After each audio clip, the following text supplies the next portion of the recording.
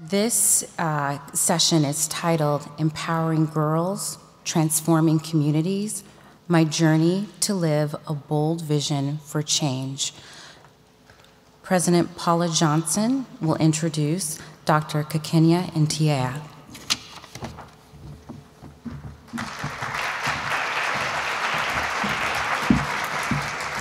Thank you, Joey, and good evening. It's so wonderful to see all of you here this evening. Thank goodness the snow is near winding down, and it's just my pleasure to welcome you to Wellesley and to the African Women's Leadership Conference.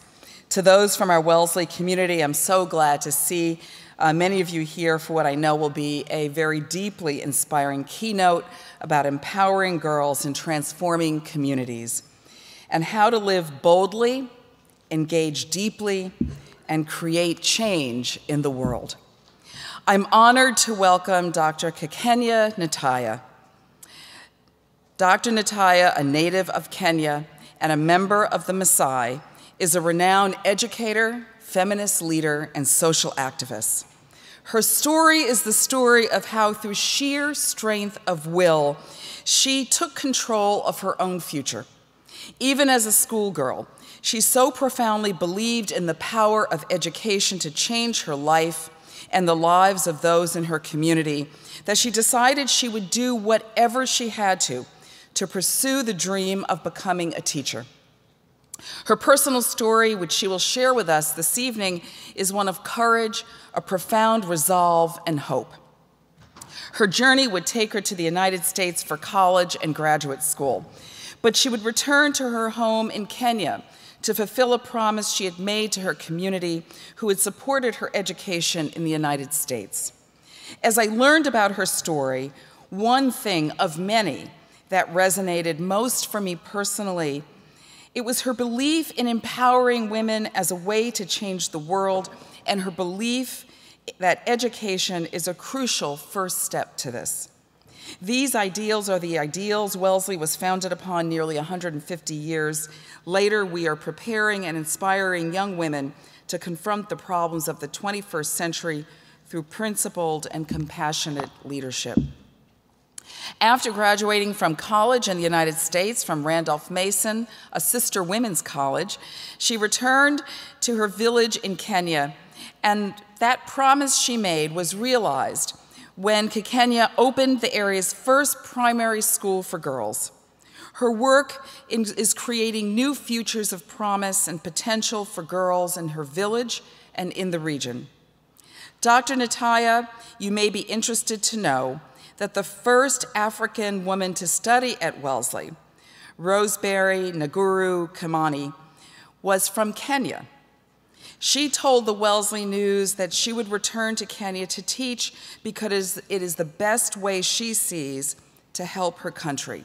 She graduated in 1964. The Kakenya Center for Excellence, or KCE, opened in 2009, serving 30 students. Dr. Ntaiya's goal was to create a model for rural communities to empower and create leaders, and to plant women's leadership positions so that they can make a difference. And she has succeeded and gone well beyond.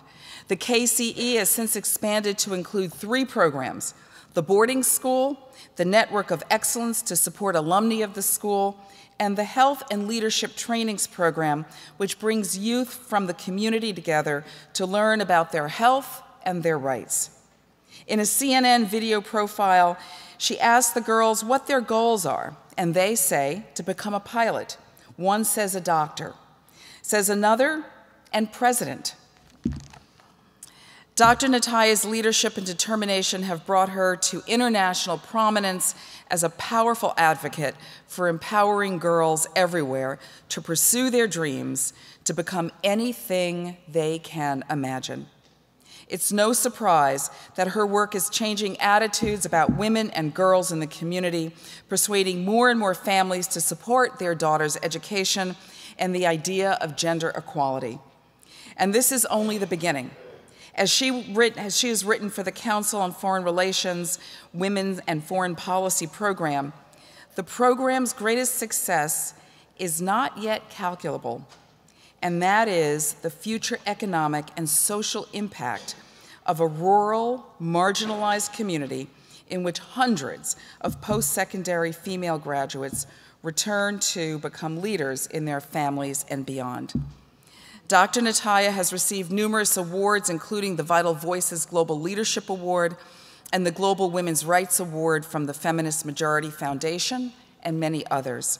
She holds a doctorate in education from the University of Pittsburgh. According to Sarah Sippel, president of the Center for Health and Gender Equity, Dr. Ntaiya's approach is an effective and culturally sensitive model that could be replicated elsewhere in Kenya and in the world.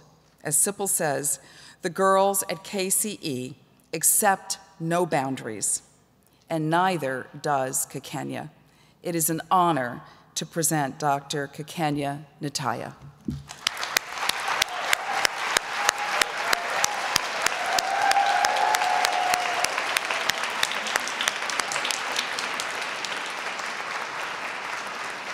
I'm going to ask Dr. Ntaiya to stand with me for 1 minute while I introduce Dr. Layli Maparyan.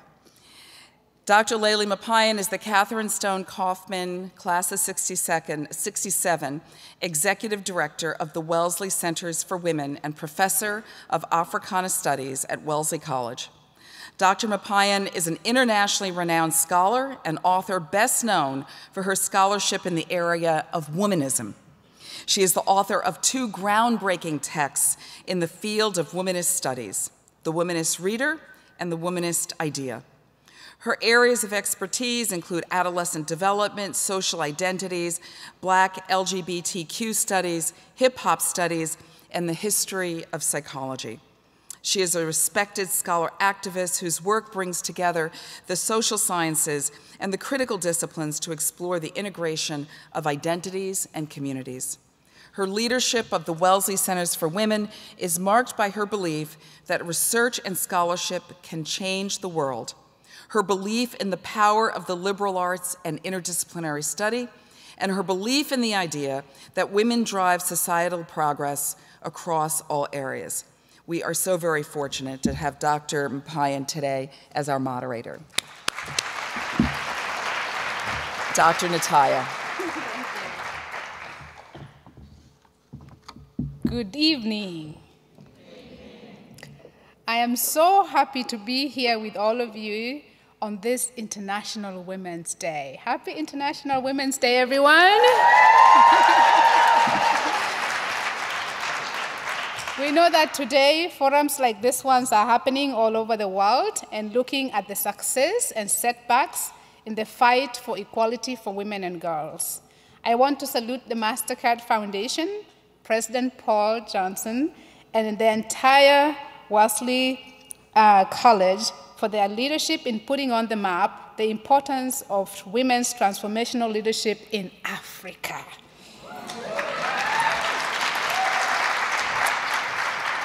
I have been asked to tell my story on the themes of this conference around courage, confidence, creativity, and resilience. And I would like to begin today with courage. I come from a small village, a small rural Maasai village in Kenya. It's in the southwestern part if you've been to Kenya. It's about 9 hours drive from the capital city on a very dirty road. So if it is raining, you'll be stuck on the way there. I am the oldest in my family of 8 children. And I had to work very hard with my mother just to earn a living from a very young age. I went to school, and when I went to school, I saw a chance at a better future, a better life. I dreamed of becoming a teacher who dressed nicely and looked smart. That's what girls like. But in my village, girls did not go on to be teachers. As I grew older, around 5th grade, girls in my class started leaving school, undergoing female genital cutting, and they got married. Soon, I was only just a few of the girls who were left in the class.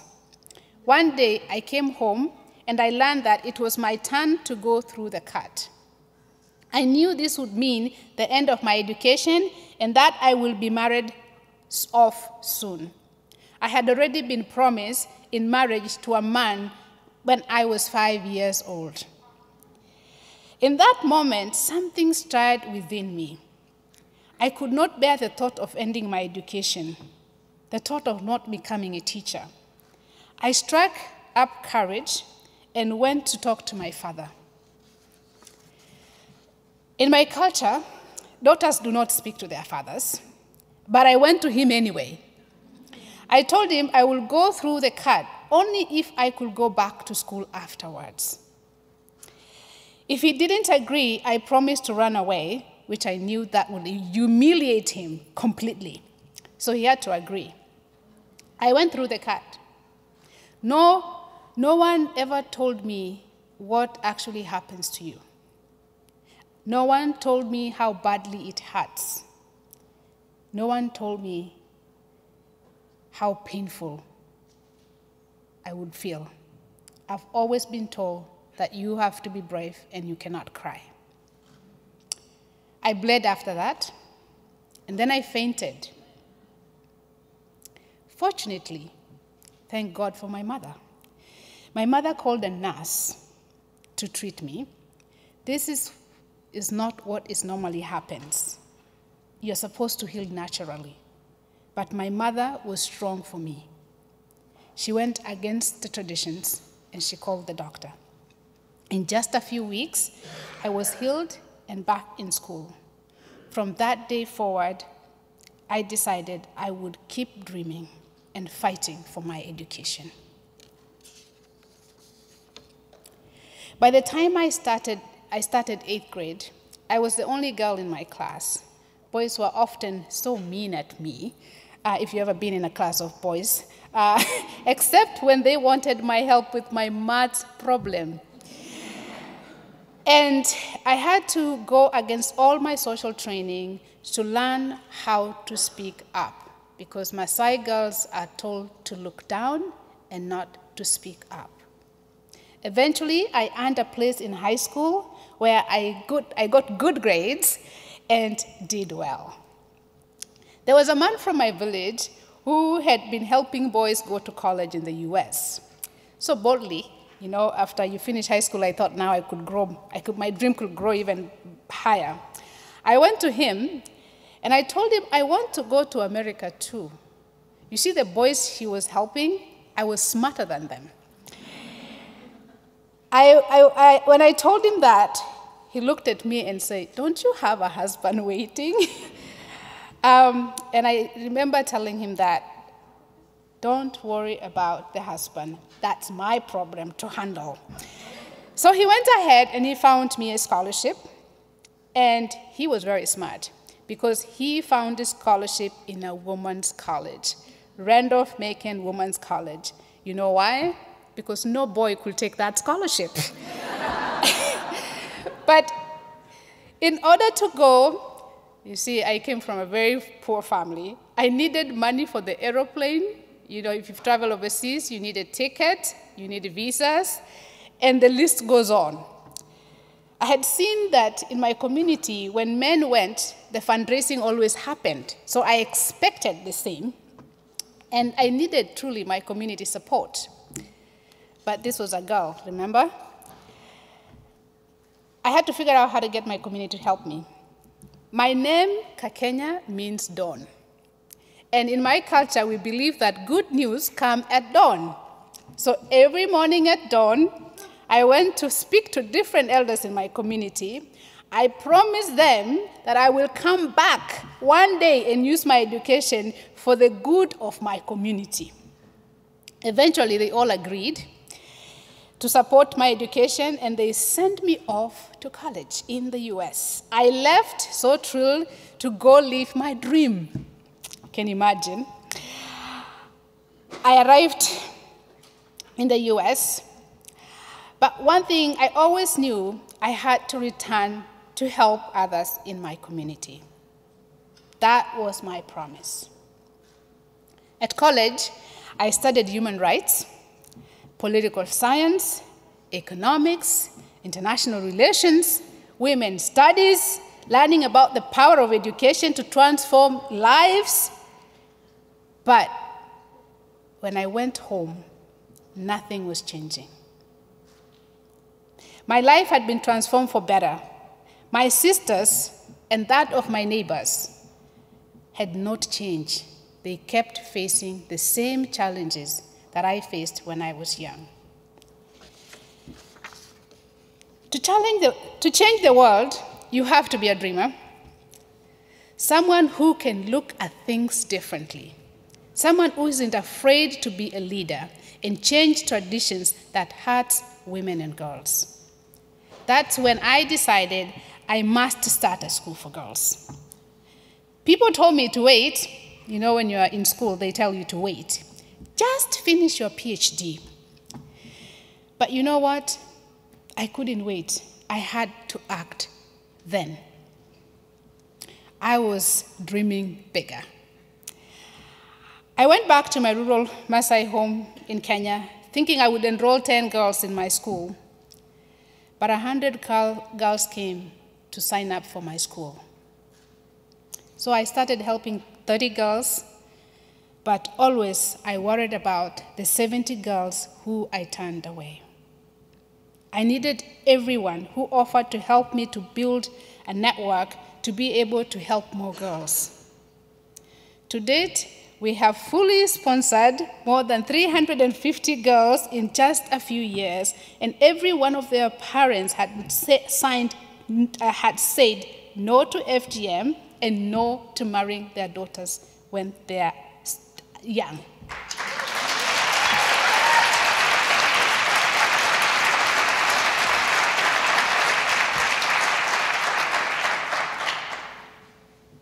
But remember, when I realized that school wasn't enough, I had to figure out how do we help the girls that we didn't take in. So we started a training program for boys and girls. Our trained facilitators teach everything from self-defense. Yeah, you're asking, really self-defense? Yes, because girls get raped when they go walk to school and when they go collect water from the river. We teach them about hygiene, and we teach them about children's right to sexual and reproductive health. So far, we have educated and trained over 8,000 children in our program.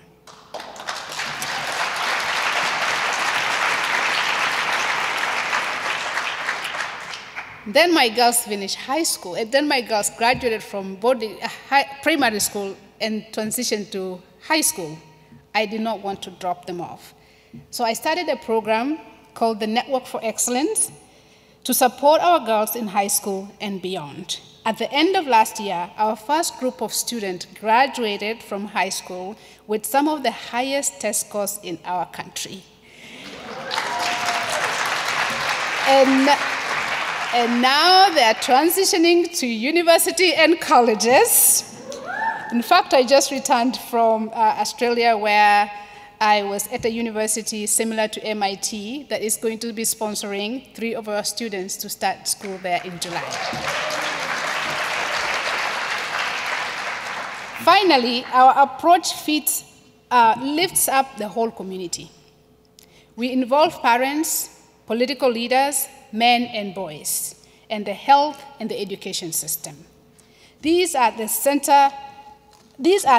the center of all our work. From day one, I knew I had to create a program which was holistic, not just to meet the need for girls, but also to meet the needs of our families and the community that we lived in. Today, our community owns, supports, drives, and sustains our work. This is not just about a handful of girls in the remote area of Kenya. This is about empowering girls, ending harmful traditional practices, and changing our community. We all know it only takes a handful of people to change the world. That's why we are all here today. You are visionaries, you are creative, you are courageous, and you are confident. Today, we have to go beyond the doables to to the dreamables. This is also the message we teach our girls at the Kakenya Center for Excellence. I hope our school become a standard for Kenya, for East Africa, and for all of Africa someday.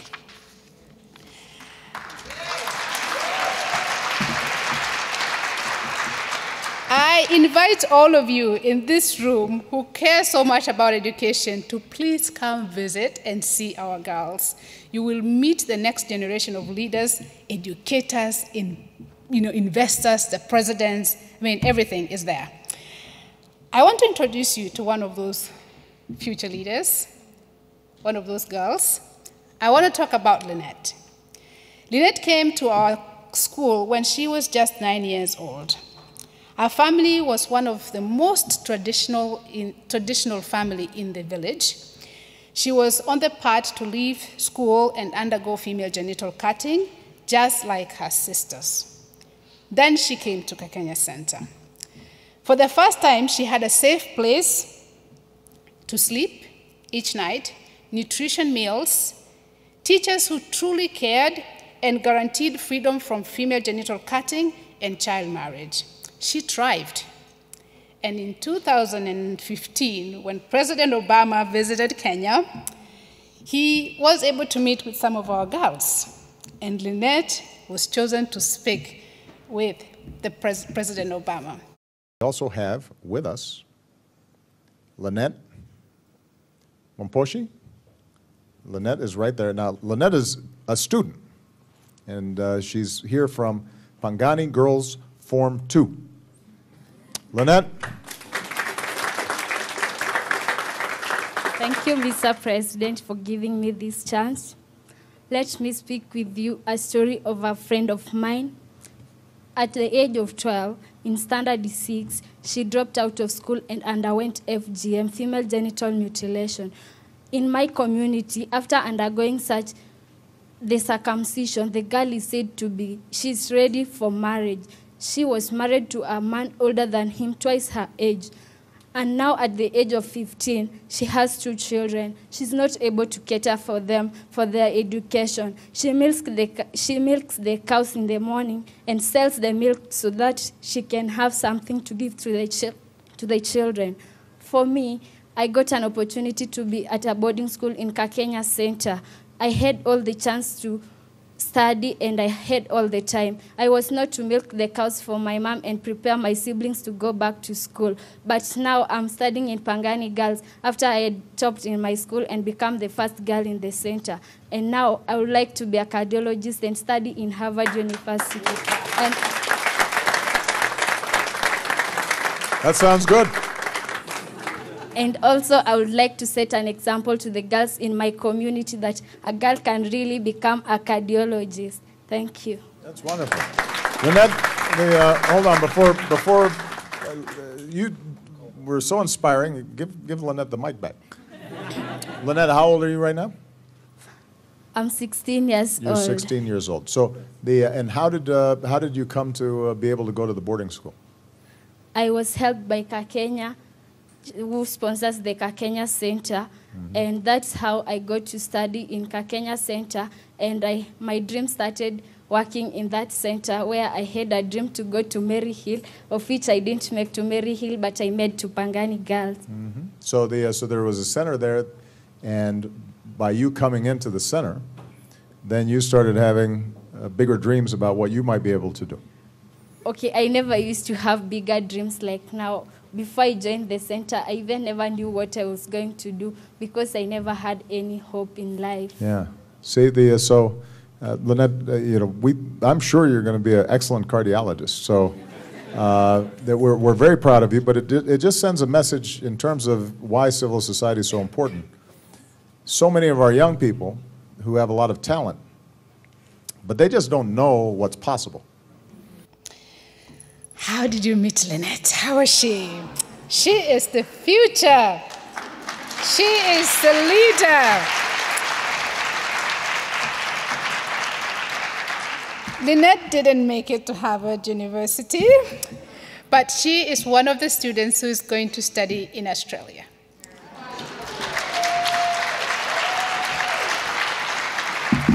Lynette and all of my girls show me the power of education to empower leaders who will transform not only our own lives and their own lives, but the life of their families and the life of our community.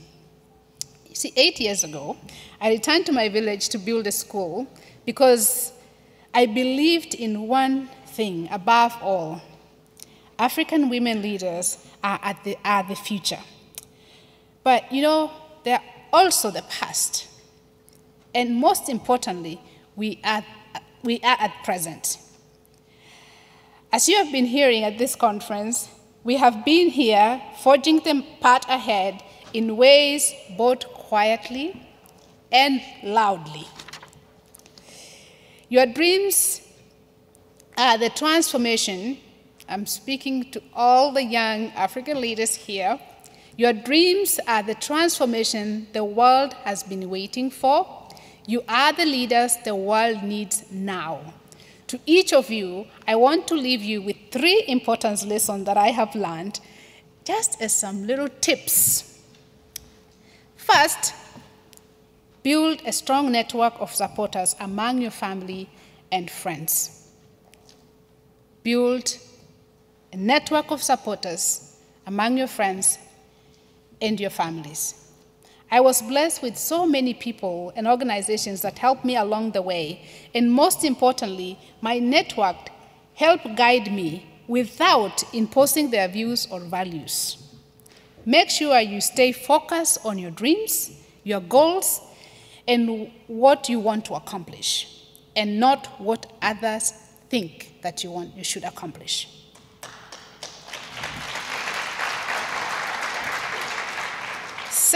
Secondly, understand that as transformational African women leaders, we are working to make change and transform the world for women and girls. This means being bold about changing the harmful traditional practices that get in the way of equality between women and men. But sometimes, if we push too hard, I know, my African sisters, we can be loud, and it can backlash on us. And if we don't push too hard, change would happen. So we do need, and you do need to find the balance and be bold about it.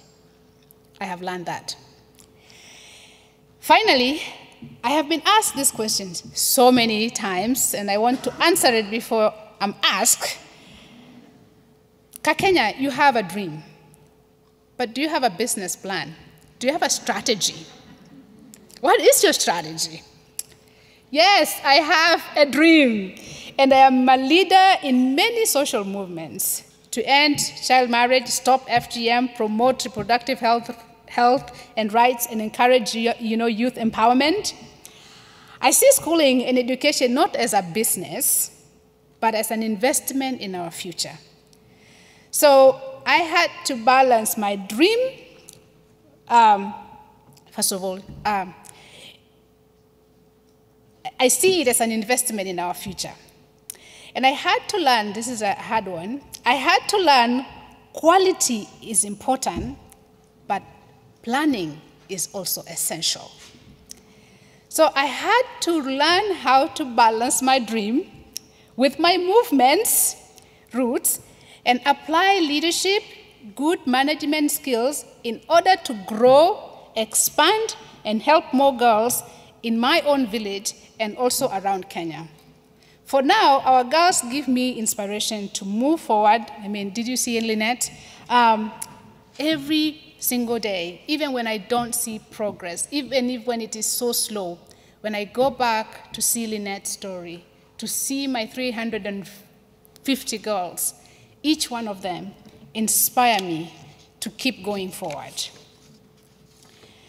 I want to share just one more little short video, a 2-minute video, that was done by one of my talented board members who recently retired from, she was the vice president at the National Geographic. And her with her husband, and actually the entire family, they visited me last year in Kenya. And they did this work pro bono. So later on, you'll be asking me, how can we help? So this is a good example of how people use their talents to support the work that I do. I'm hoping that through watching this video, my girls will inspire you just the way they inspire me. My slogan is help a girl, help a community, or help a girl, help a family. But now we've helped my community. How can we now stretch beyond our community? How do we change the world? And the way to do that, to me, is education. We began with one 4th grade classroom with 30 girls. And every year we added a new classroom of 40 girls until the Kakenya Center for Excellence became a 4th through 8th grade boarding school.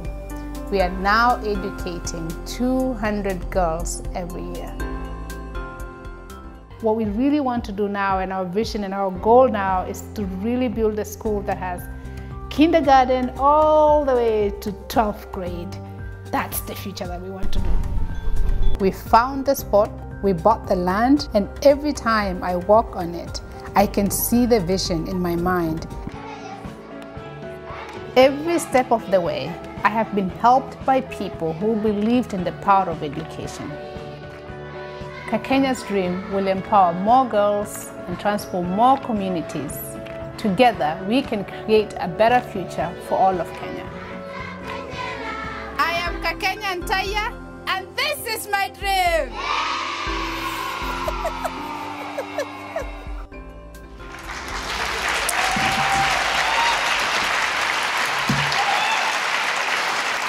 Thank you, thank you. What I really want to do is get to this session because I love answers and questions and to hear from you very much. Thank you.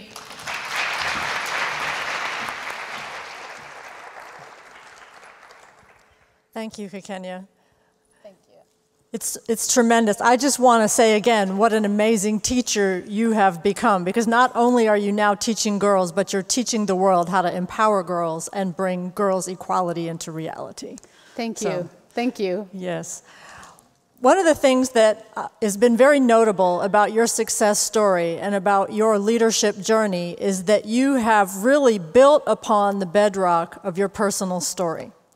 And it has taken tremendous courage to tell that story time and time again to different audiences.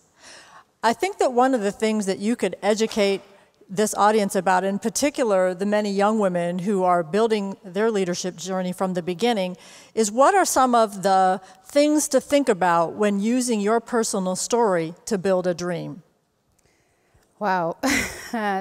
Thank you so much for that question. I tell myself, and this is really a commitment that I have made to me and my girls, is that my story is about going through female genital cutting. I do not want them to tell that story. I challenge people that, I want them to step on my shoulders. I don't want them to start where I started. And so when I share my story, it's really about empowering girls. It's also talking about how it is possible. It's not, I am like any rural Kenyan girl who grew up walking barefoot and, who just wanted an education. And each of those girls that come through my school, every day they remind me of me, but I want when they come to my school, they don't have to live that story anymore. Let mine be told so that theirs is for empowerment, is for change, it's a different story. It's a different story. I don't want them to go through the hurt that I went through. That's a wonderful, wonderful way to build on your story and to empower so many other people. In fact, I think that one of the things that's most amazing about the success that you've built on your story is that you have really achieved what some people might call the trifecta of gender equality for girls. You're addressing early marriage, you're addressing FGM, and you're addressing girls' education all at once. Now, when I saw the CNN Hero segment on you, one of the things that I noticed when I actually did a close-up on your trophy was that they called you the negotiator. Yep. And that means that you developed tremendous persuasion skills to be able to achieve this dream. So what kind of tips can you give about developing the skills of persuasion that get other people to buy into your dream and support it? One of the reasons that of course, I went back to my village because I felt that I knew my village very well. I knew who was in charge. I kind of just knew, and I knew everything about it. What I didn't know is how resistant the men can actually be. And it was very difficult to accept that. And so in many times I failed because I would call for meetings without thinking of a strategy. How do I bring everybody on board? And I would say men and women come. But I ended up having only men in the meetings, and there were no women. And the next time I said, well, I want my mothers to come with me. So, and then I decided, okay, maybe do a women's meeting and then do a men's meeting. But that, I wanted them to work together. So I decided that I will reduce the meeting to few people. So I will invite 10 people. I make sure there are 5 men and 5 women, and I make sure that them to know that I'm only coming to meet with them. But when they get to the table, it's all of them. And you just learn, because I think at the end, and I've been fortunate because I've been in college, and I learned how to speak up in my classrooms, and I argued about everything. But at the end of the day, I wanted them to be on my side. When women started coming on board, I made a mistake and made a woman a chair of my committee. Did I know? I didn't know that. This is a role of a man. So the next time, men didn't come to the meeting because it was a woman's meeting. It was chaired by a woman. And I was like, oh, I failed. So I went back and said, okay, now because men are not coming, I went to the other one and I looked at who is very much an influencer in the group that I was working with. And that's when I reached out to a man and I said, well, I told the woman you're going to be the vice chair. And then I kind of reduced her role because I really wanted the men to be on the table. It was a hard one, but eventually people came together. People realized that all of us have something to add. The challenge, the biggest I had, was that the men always said that women, of course, they were not educated. So when it was time to open a bank account, the men wanted to be the treasurer. And I remember telling them, oh, we can go to the bank and a woman can actually use the thumb. And when you give a woman 10 shillings, she actually accounts for it very well. She doesn't need to go to a math class to do the additions. So I would tell the men, don't worry, I think where you really work well is because you are educated, you can be a very good secretary. And it worked out. And you really just have to learn who you're working with. And one thing I challenge us as African women and African who we come from I don't know most of you where you come from, but I come from a very rural community. And when I went home, this is the men version. I don't know how it is in your countries. When the men come back home, they're always driving the most expensive car. They roll down their windows, and they're speaking a different English language, not the normal one. They're carrying the newspaper around. So they're learned. But as a woman, I couldn't be like that. Actually, I was a student. I was very broke. So I would go home, and if people were using a motorbike, I used a motorbike. If they were walking, I walked. And I think over time, at one point they said, Kakenya, I don't think you went to America. Why aren't you working like the men? But remaining to your roots. Remain to your roots. It's so good that you have been exposed, you have networks abroad, you have all of that, but at the center of it all, if you truly want to work in your community and you truly want to change, you have to respect your roots. You don't have to go to FGM, but you can sit on the same table with men and talk, respectfully. I have done that.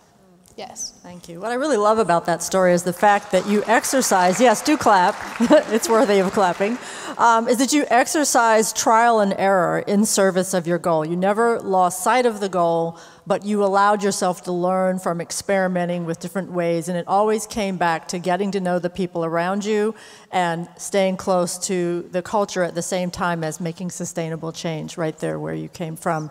Now, I know the audience has questions as well. I could talk to you all evening, but I'm sure that I should turn it over. I know that there are microphones floating around in the audience, and I would like to now see who has a question. Thank you for sharing your story. My name is Jalang. I'm from the Gambia. Female circumcision is also pretty common there. So I'm wondering, I'm curious to know how you push for change to change these cultural norms that we have, while at the same time humanizing our communities and not demonizing the community. So how do you balance that, trying to advocate for change while at the same time acknowledging that it is a cultural practice that we've had that doesn't really serve the value that it might have done in my grandma's generation, for example. So how do you balance that, I guess? I talk about, you know, when I started the school, actually the men didn't know I was going to say no to FGM. Because I said, I want the girls to come to school. But after they came to school, I use the girl as an entry point to the family. And I use education because it's everybody, nobody says no to education. So it's a common language that we all understood. And from there, I opened up, you know, parents meeting and really safe spaces where we could talk about FGM with men and women. What I was doing there, one of the biggest things that I came to realize, we never talk about female genital cutting because we don't actually want to tell the girls what happens to you. So the society and the norm and the tradition is that be quiet about it because we don't want, I mean, if you told a little girl what she's going to go through, she's not going to go through it. So there's a silent culture. And what I did there is that I started asking the parents, what are the things that will hinder our girls from continuing with their education? And the first thing they would say is FGM. And I said, so what do we do about it? And they said, maybe we delay. And I said, until when? You know, and really it was really opening the discussion. And then the women would start saying, this is bad, and really opening that discussion. Letting them lead the discussion, but I led with some prompting things that they were the ones discussing. I think one of the things that I have really believed in strongly, and I talk about this with parents, is that culture should never harm. We're supposed to be, you know, it's supposed to be something we celebrate, it's supposed to be something happy. But when I tell them that, do you know so-and-so daughter died because she bled and she had infection and it's because of FGM? Do you know when, you know, so-and-so mother was trying to give birth and she had difficulties and she had a stillborn baby? Do you know why? And I would talk about FGM. It becomes real. And at the end of the day, no one wants to see their daughter hurt. And so those are the discussions that we started talking with them. And I promote good culture. So we're dancing. We do beadwork with our girls. We milk cows. I have cows in the school, so we milk cows with the girls, and I encourage the girls when they go home to milk cows with their mom. I encourage storytelling, because the way we transfer generational culture or talks or stories is through grandmother stories, and I bring the grandmothers to the school. They love it, and the girls and then we speak Maasai. So we encourage what is good, and we remove what is bad. And at the end of the day, when you make it personal and look at it as this is your daughter who is going to be cut and she could die, you make it real. Yes. Hi, my name is Zilpa. I'm a senior here at Wellesley. Karibu sana Wellesley. I'm also from Kenya, so it's really exciting to see you join us here. But my question, again, relates more so to culture. But I just wonder, how do we begin to engage in a conversation about like the gender roles that exist post-education, right? Like, you know, now I'm here, I'm about to graduate, and I have big dreams for myself and for my community. But at the end of the day, I'm expected to go home and be a mother and a caretaker of the house. So how do I begin to, you know, engage in conversation with other men in my community to be like, maybe you should also step up, because, you know, at the end, like, I'm expected to cook and do everything after a hard day of work. So I was just wondering if you could speak to after education, then what? I'm laughing because this is a very good question. Asante sana. So I am married, and I have 2 boys. And, you know, it's hard to balance family life because I do want to be with my boys every day and read the storybook and do what I have to do. But again, when I met my husband, who is not the boy that I was engaged to, he met me when I was already doing what I'm doing. And he knew that coming into that, there was no negotiation. I was going to pursue my dreams. And we had to figure a way of making sure that it works for both of us. And I think you shouldn't necessarily put yourself in a place where you're looking at the whole community. It's really about you creating a path for yourself and creating a network that truly supports you. Because when you go heads on with this, you know, you will feel very frustrated because they will not bow down. They will not. I mean, I did not get married to a Maasai because I knew for sure. I mean, a Maasai man washing dishes, it's not going to happen right now. But, you know, and I know that it's a hard place. But don't think about the community as entire. Just create a network for yourself, make baby steps, and be focused. Anything you want is actually achieved. You can achieve it. I truly believe that. I have a husband who is very supportive. He's at home with the kids now. You will find that man who can do that. He's Kenyan too, so it's not like he's Kenyan. So it's, they're there, so they're there. Well, maybe they will find you. So I think to go back to the school that, the work that I do, and this is where it's really essential for me, for my girls, because everybody tells me, so you're educating these girls so that who is going to marry them? That's a big question. This is where we started doing the programs for both boys and girls. And this is where we start engaging boys from a young age to start looking at what is their role in the society? What does it mean to be a good, you know, role model? And how do you work with your sisters? And to value your sister just the same way you are valued by your dad. And having a space there. In my house, I mean, you really have to work with your mothers. I'm still struggling. My brothers are very helpful. I mean, they go to the kitchen, they come out. My mother, when she finds them there, is like, what are you doing in the kitchen? It's not for boys. But it really takes a generation. I'm looking at my girls getting married, and they will change that culture. So it's baby step, but we'll get there. Yes.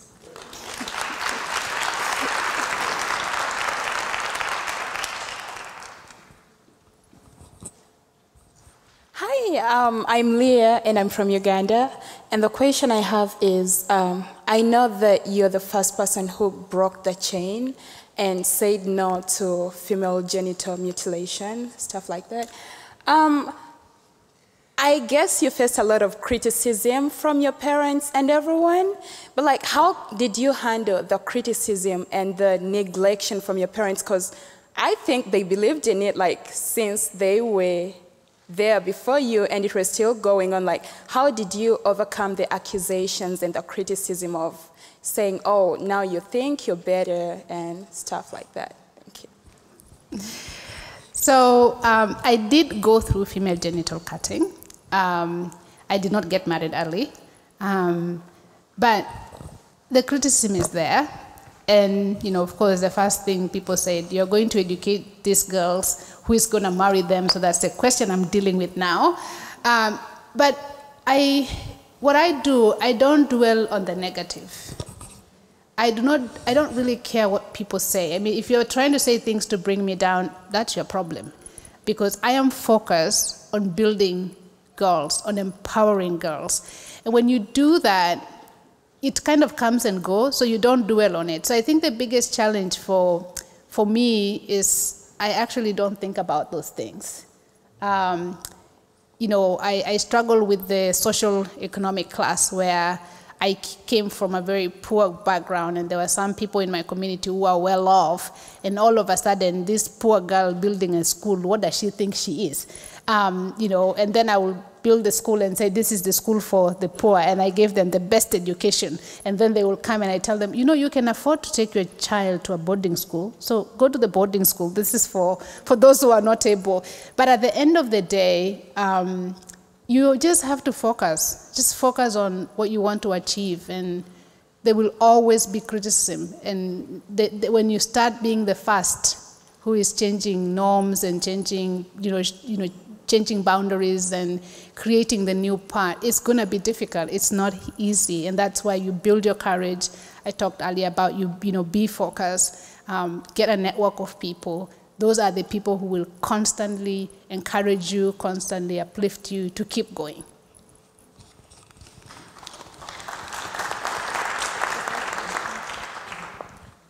Good evening.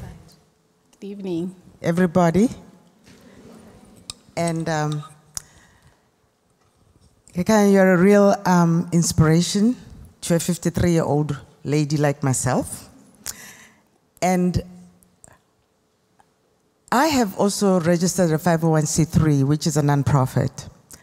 But I find that it's very difficult to convince people to dig deep into their pockets.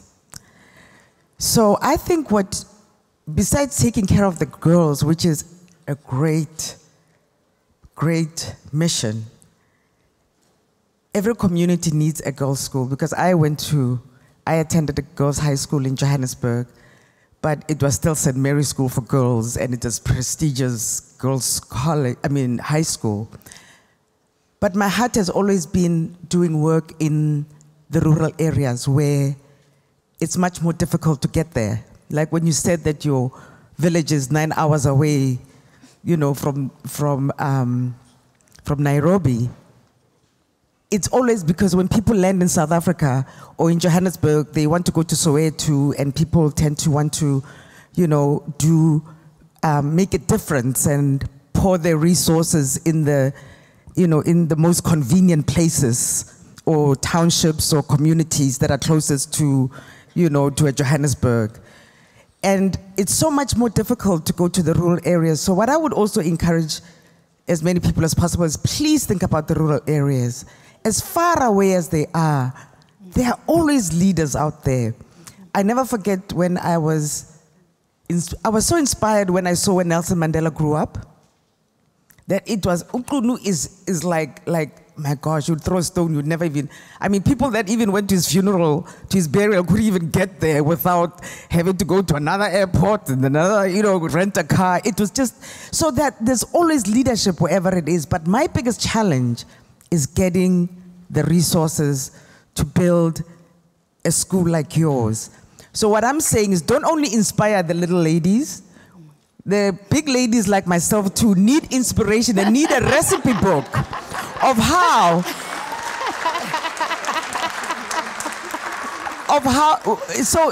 because there are a lot of women that want to do what you're doing. So what I'm asking for from my perspective is, I need your recipe, girlfriend, and let's figure out how I can also build another boarding school, because boarding school is actually the best, because one of the schools that I sponsor, a few children have actually been run over by cars because they have to, cross a very busy highway. And so boarding school is the best, really, because it's easier for children to just focus on going to school and not have to worry about being chased or cars or whatever. And, so that's my dream. But I'm just asking all the women, including you, let's come up with a recipe. Let's come up with a strategy of saying these are the resources and how can we actually make it happen so that we can also make Kakenya's dream happen all over, not only the continent of Africa, but in every corner of this universe.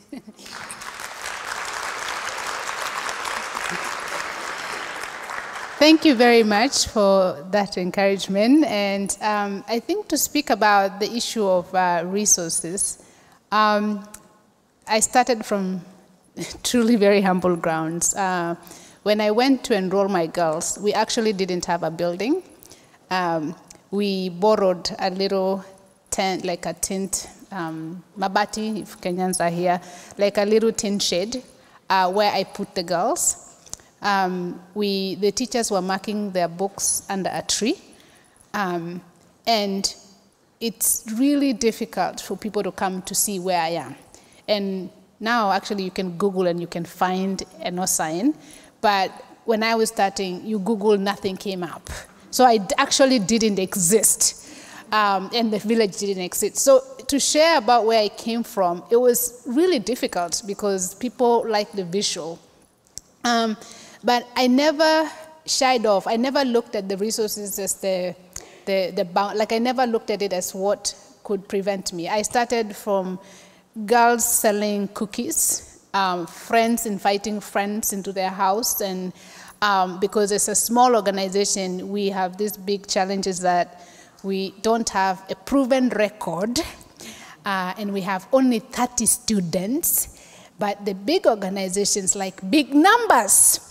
So I was always too small, and I couldn't fit into these big numbers. But I never gave up. I gave up my time. I mean, I really, truly worked hard. I spoke. I started asking people, if I'm coming to speak, you're going to build a classroom. And it's like, that's what I had to do. But I guess the challenge for you is that as we grow and we create a network of really, truly, and I'm all what you said about, really, I think it's time for us to go the extra mile. That place that has no tarmac road, that has no water, that is running water, that place that is so difficult to get to, because that's the only time we can truly bring everybody to the table. And that's truly where we can empower women. That's truly where we can empower the girls. Let's get out of the comfortable space. I mean, let's not just land in Nairobi, go to Kibera, and then after that, oh my God, I got there. Go out and see how people out there are really, truly looking for just a hand, just a little inspiration. My girls do that. I mean, a little inspiration, a little just boost, and their future changes. So don't just focus on the resources, also focus on the future. And I think the network would be the amazing thing that, we can work together for that. Well, it's hard to believe, but we're actually out of time. I just want to thank Dr. Ntaiya for giving us not only inspiration, but real strategy. So thank you. Thank you so much. Thank you.